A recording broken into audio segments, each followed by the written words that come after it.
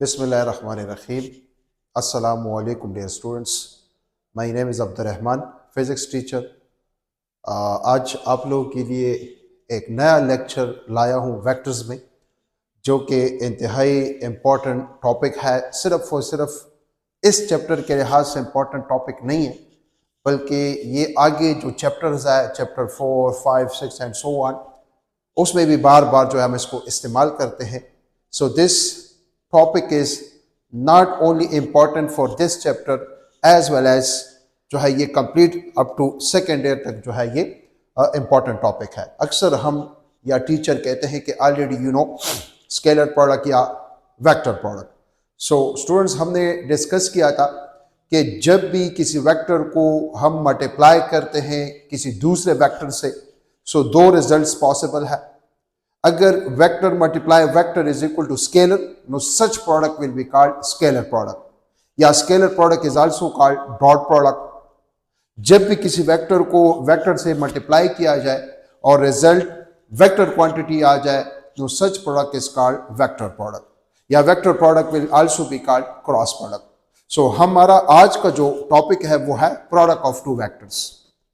So whenever we multiply two vectors, when two vectors, scalar product आज हम discuss करेंगे, कल इंशाल्लाह जो है वो क्रॉस प्रोडक्ट डिस्कस करेंगे। व्हाट इज स्केलर प्रोडक्ट या scalar product is also called dot product. When two vectors are multiplied and result obtain is a scalar quantity, no such product is called scalar product. जब भी आप दो vectors multiply करते हैं और उन दो वेक्टर्स की मल्टीप्लिकेशन से अगर जो नया रिजल्ट आता है वो रिजल्ट वो अगर कोई स्केलर क्वांटिटी होगी, no such product will be called scalar product. Example के थ्रू हम इसको इंशाल्लाह तफसील से समझने की कोशिश करेंगे। याद रखिए, इधर मैंने लिखा हुआ है कि वेक्टर को अगर वेक्टर से मल्टीप्लाई किया जाए और रिजल्ट कोई स्केलर आता है, कोई स्केलर फिजिकल क्वांटिटी आता है, no such product is called scalar product. इधर हमने डॉट लगाया, scalar product is also called dot product. Explanation की तरफ आते हैं कि सर हाउ। लेट्स सपोज दो वेक्टर्स कंसीडर करते हैं, consider two vectors a and b, then their scalar product is a dot b is equal to ab cos theta। Let's suppose student दो vectors है, वन इज वेक्टर a, ये एक vector है vector a, ये student दूसरा vector है vector b।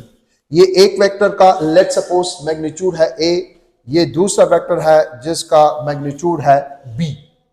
अगर इन दो वेक्टर्स को a और b को हम मल्टीप्लाई कर लें, सही है, तो उनका जो प्रोडक्ट होगा वो कौन सा प्रोडक्ट कहलाएगा? स्केलर प्रोडक्ट कहलाएगा।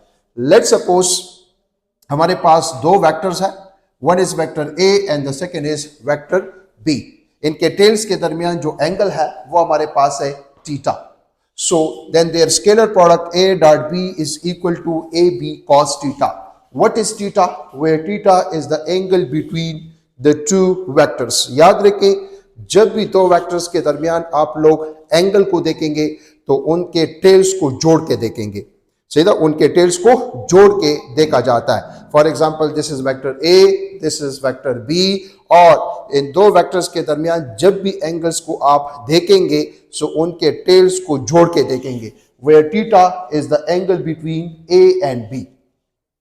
अब इसका sir how a dot b is equal to ab cos theta, किस तरह a डॉट b से ab cos थीटा आता है, इसको बाकायदा हम जो है शो करते हैं, प्रूफ करते हैं। फिजिकल इंटरप्रिटेशन, फिजिकल इंटरप्रिटेशन से मुराद how a dot b is equal to ab cos theta, why not a dot b is equal to ab sin theta, सही है, why a dot b is equal to ab cos theta. Sir ये must है कि a dot b से ab cos theta आएगा? Yes. Sir ये हो सकता है कि a dot b is equal to ab sin theta? No. जब भी डॉट होगा तो डॉट प्रोडक्ट होगा, और डॉट प्रोडक्ट हम लिख सकते हैं कि a dot b is equal to ab cos theta. What is a? Vector a। What is b? Vector b, सही था। और what is dot? Scalar product. What is a? First vector का magnitude. What is b? Second vector का magnitude. What is theta? Where theta is the angle between these two vectors which is vector a and vector b। Physical interpretation, let's suppose हम दो vectors ले रहे हैं, one is vector a and the second is vector b। ये दो vectors है, one is vector a and the second is vector b। ये A vector है, ये बी वेक्टर है, इनके टेल्स के दरमियान जो एंगल है वो हमारे पास है से थीटा। ये ए वेक्टर है, ये बी वेक्टर है और इनके टेल्स के दरमियान जो एंगल है वो हमारे पास है से theta. So A dot B is equal to A B cos theta, वो तो ऑलरेडी हम जानते हैं कि A dot B is equal to A B cos theta. Now इसका मतलब क्या है, सुने गौर से। अगर ये ए वेक्टर है से और ये हमारे पास है बी वेक्टर, सो मैंने लिखा हुआ है कि A dot B is equal to A B cos theta, या इसको इस तरह भी लिखा जा सकता है कि A dot B is equal to first vector का मैग्नीट्यूड और फिर ये सेकंड वेक्टर का मैग्नीट्यूड नहीं है, बल्कि ये क्या है, ये हमारे पास सेकंड वेक्टर का वो कंपोनेंट है जो अलोंग ए है। For example let's suppose this is vector A and this is vector B. ये दो वेक्टर्स हैं, one is vector A and the second is vector B. अगर इन दो वेक्टर्स को हम जो है मल्टीप्लाई कर लें और इससे हम स्केलर प्रोडक्ट को शो करना चाहते हैं, सो फॉर एग्जांपल यहां पर हम एक परपेंडिकुलर ड्रा कर लेंगे। Let's suppose this is a perpendicular. इसका मतलब है इस वेक्टर बी को हम रिजॉल्व करते हैं इनटू इट्स कंपोनेंट, जो कि रिजोल्यूशन ऑलरेडी हमने पढ़ा हुआ है, सही ना। यहां पर अगर हम एक परपेंडिकुलर ड्रा करते हैं, सो ये जो वेक्टर बी है ये एंगल बन रहा है 90 के सामने हाइपोटेन्यूज, ये परपेंडिकुलर, ये बेस।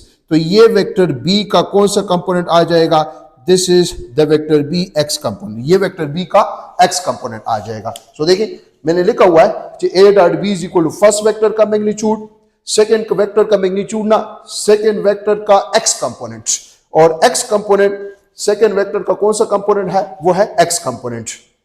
और एक्स कंपोनेंट ऑलरेडी हम जानते हैं कि बी एक्स बराबर होता है बी कॉस थीटा के बराबर होता है। सो इसको इस तरह भी लिखा जा सकता है कि फर्स्ट वेक्टर का मैग्नीट्यूड और बी एक्स बराबर है किस चीज के, बी कॉस थीटा के बराबर है। या A dot B is equal to first vector का मैग्नीट्यूड, अब सेकंड वेक्टर का मैग्नीट्यूड ना, सेकंड वेक्टर का वो कंपोनेंट जो अलोंग बी हो, या सेकंड वेक्टर का वो कंपोनेंट या सेकंड वेक्टर का प्रोजेक्शन जो कि ए के ऊपर आ रहा हो। तो इधर मैंने लिखा हुआ है projection of B vector on A. For example ये ए वेक्टर है और ये बी वेक्टर है, ये ए वेक्टर है, ये बी वेक्टर। इस बी वेक्टर को हमने रिजॉल्व किया इनटू टू कंपोनेंट्स, तो ये वेक्टर बी का एक्स कंपोनेंट हो जाएगा और ये वाला कंपोनेंट वेक्टर बी का वाई कंपोनेंट हो जाएगा। नो स्केलर प्रोडक्ट में वेक्टर ए का magnitude, A dot B is equal to vector A का मैग्नीट्यूड, वेक्टर बी का मैग्नीट्यूड ना, वेक्टर बी का वो कंपोनेंट जो अलोंग ए हो, जो अलोंग ए हो, या वेक्टर बी का प्रोजेक्शन किस चीज के ऊपर, ए के ऊपर। तो ये जो वेक्टर बी है इसका जो प्रोजेक्शन है वो एक्स कंपोनेंट है किस चीज के ऊपर, ए के ऊपर। सो इधर लिखा हुआ है कि projection of B on A, या लिखा हुआ है कि magnitude of component of B vector along A. So अगर देखें ये हमारे पास बी वेक्टर है, ये बी वेक्टर का एक्स कंपोनेंट है और ये बी वेक्टर का वाई कंपोनेंट है। सो इसका मतलब है A dot B is equal to first vector का मैग्नीट्यूड जो कि ये है फर्स्ट वेक्टर का मैग्नीट्यूड और सेकंड वेक्टर का वो कंपोनेंट जो इन द डायरेक्शन हो, किसके डायरेक्शन में हो, ए वेक्टर के डायरेक्शन में हो या ए वेक्टर के मैग्नीट्यूड के डायरेक्शन में हो। सो याद रखें A dot B is equal to first vector का मैग्नीट्यूड, सेकंड वेक्टर का मैग्नीट्यूड ना, सेकंड वेक्टर का वो कंपोनेंट जो अलोंग हो फर्स्ट वेक्टर के डायरेक्शन में। या ये भी कह सकते हैं कि A dot B is equal to first vector का मैग्नीट्यूड ए और projection of B on A. तो बी का जो प्रोजेक्शन होता है ए पर वो एक्स कंपोनेंट होता है। So therefore A dot B is equal to A B X या A dot B is equal to A B cos theta, क्योंकि एक्स के साथ कॉस थीटा लगाया जाता है। जब भी आपसे कहा जाए कि dot product of two vector, तो आप कहेंगे कि first vector A dot B is equal to first vector का मैग्नीट्यूड, सेकंड वेक्टर का मैग्नीट्यूड ना, सेकंड वेक्टर का वो कंपोनेंट जो अलोंग ए हो, या सेकंड वेक्टर का प्रोजेक्शन किसके ऊपर, ए के ऊपर। तो सेकंड वेक्टर का जो प्रोजेक्शन होता है ए के ऊपर वो एक्स कंपोनेंट होता है। So remember A dot B is equal to A B X या A dot B is equal to A B cos theta, क्योंकि एक्स कंपोनेंट के साथ हम कॉस थीटा लगाते हैं। फॉर एग्जाम्पल के थ्रू इसको जो है समझने की कोशिश करते हैं।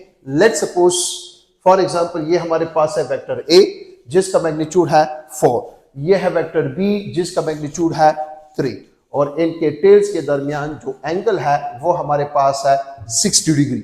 Let's suppose this is vector A, this is vector B. The angle between their tail is 60 degree. Then what will be their scalar product? Then what will be their जो है dot product? So याद रखें A dot B is equal to AB cos theta. तो first vector का magnitude है 4, second vector का magnitude है 3 और इनके टेल्स के दरमियान जो एंगल है वो हमारे पास है 60 डिग्री. सो 4 into 3 12 cos 60 बराबर होता है हाफ के, तो इधर आ जाएगा half. 12 multiply by half, the answer is 6. Now A dot B is equal to 6. याद रखें डॉट प्रोडक्ट का जो रिजल्ट होता है वो तो स्केलर क्वांटिटी होता है, सिर्फ और सिर्फ मैग्नीट्यूड से स्पेसिफाई होता है, नो नीड डायरेक्शन. नाउ अब अगर हम B डॉट A को निकालने की कोशिश करें तो what will be B dot A. So B dot A first vector second vector. Now B dot A is equal to first vector और सेकेंड वेक्टर का अगर देखा जाए वो कंपोनेंट जो अलोंग हो किसके, in the direction of first vector. Let's suppose this is vector A, this is vector B. अब हम B डॉट A को फाइंड करना चाहते हैं. अगर A डॉट B बराबर है AB cos theta, now B dot A किस चीज के बराबर होगा, वो भी A cos थीटा के बराबर होगा. सो पहले इधर जो है कुछ थ्योरेटिकल कार्रवाई को देखें. सो इधर मैंने लिखा हुआ है जी B dot A is equal to B A cos theta, या B dot A is equal to B अपनी जगह पर, और A cos थीटा को मैं लिख सकता हूं AX, या B dot A is equal to first vector का मैग्नीट्यूड, सेकेंड वेक्टर का मैग्नीट्यूड ना, सेकेंड वेक्टर का projection of A on B. मतलब है कि फर्स्ट वेक्टर का मैग्नीट्यूड सेकेंड वेक्टर का मैग्नीट्यूड हम नहीं लेंगे, बल्कि सेकेंड वेक्टर का जो है वो हम प्रोजेक्शन लेंगे. किस चीज पर, फर्स्ट पर. या फर्स्ट वेक्टर का magnitude of component of A along B. First vector B dot A is equal to first vector का मैग्नीट्यूड, सेकेंड वेक्टर का मैग्नीट्यूड ना, सेकेंड वेक्टर का वो कंपोनेंट जो फर्स्ट वेक्टर के अलोंग हो, या projection of second vector along A. How, let's suppose अब यहां पर हम किस चीज को रिजॉल्व करेंगे, A को रिजॉल्व करेंगे, क्योंकि सेकेंड वेक्टर क्या है वो हमारे पास A है. इस A को मैं रिजॉल्व करता हूं. यहां पर मैं एक परपेंडिकुलर ड्रॉ करता हूं. This is a perpendicular. ये 90 का एंगल बन रहा है, तो 90 के सामने हाइपोटेन्यूज. ये क्या हुआ, परपेंडिकुलर. थीटा के सामने परपेंडिकुलर. तो ये इस वेक्टर A का कौन सा कंपोनेंट हुआ, this is the vector A x component, और ये है vector B. Now B dot A is equal to first vector का मैग्नीट्यूड, सेकेंड वेक्टर का वो कंपोनेंट जो अलोंग हो फर्स्ट वेक्टर के. नो सेकेंड वेक्टर का अगर देखा जाए वो कंपोनेंट जो अलोंग हो फर्स्ट के, सो B के अलोंग AX आता है. ये क्या कहलाता है, ये AY कहलाता है. This is AY. So therefore B dot A is equal to B A cos theta, या B dot A is equal to first vector का मैग्नीट्यूड, सेकेंड वेक्टर का x कंपोनेंट. तो सेकेंड वेक्टर का x component क्या है, ये second vector है, इसका x component AX which is along the direction of first vector. So therefore B dot A is equal to BA cos theta. Now for example ये है vector A जिसका magnitude है 4, ये है वेक्टर B जिसका magnitude है 3. इनके tails के दरमियान एंगल है 60 degree. Then what will be their dot product? So आप कहेंगे B dot A is equal to BA cos theta. First vector का मैग्नीट्यूड 3, सेकेंड वेक्टर का मैग्नीट्यूड 4, और angle between their tales of the two vectors 60. 12 into half, क्योंकि कल 60 half के बराबर होता है, द आंसर इज 6. अब अगर स्टूडेंट देखें A डॉट B भी 6 आ रहा है और B डॉट A भी 6 आ रहा है, तो मतलब A dot B is equal to B dot A. तो आगे इंशाल्लाह जब मैंने लिखा भी है कि scalar product is commutative. Scalar product अगर देखा जाए इस पे डिपेंड नहीं करता कि आपने पहले A लिया फिर B लिया, या फिर पहले आपने B लिया फिर A लिया, क्योंकि the result is a scalar quantity. Now scalar product is commutative. For example एक एग्जांपल से इसको समझते हैं. जैसे वर्क, हम कहते हैं work is the example of dot product. W is equal to F dot D. Let's suppose ये एक ब्लॉक है, दिस इज अ ब्लॉक. ये एक ब्लॉक, यहां पर एक टेबल के ऊपर एक ब्लॉक पड़ा हुआ है जिस पर फोर्स F लगाया जा रहा है. This is a force F. ये जो फोर्स F है ये हॉरिजॉन्टल के साथ कितने एंगल बना रहा है, थीटा. अब अगर देखा जाए, अगर मैं इस बॉडी को यहां से खींचता हूं तो ये जो बॉडी है ये अलोंग डिस्प्लेसमेंट मूव करेगा.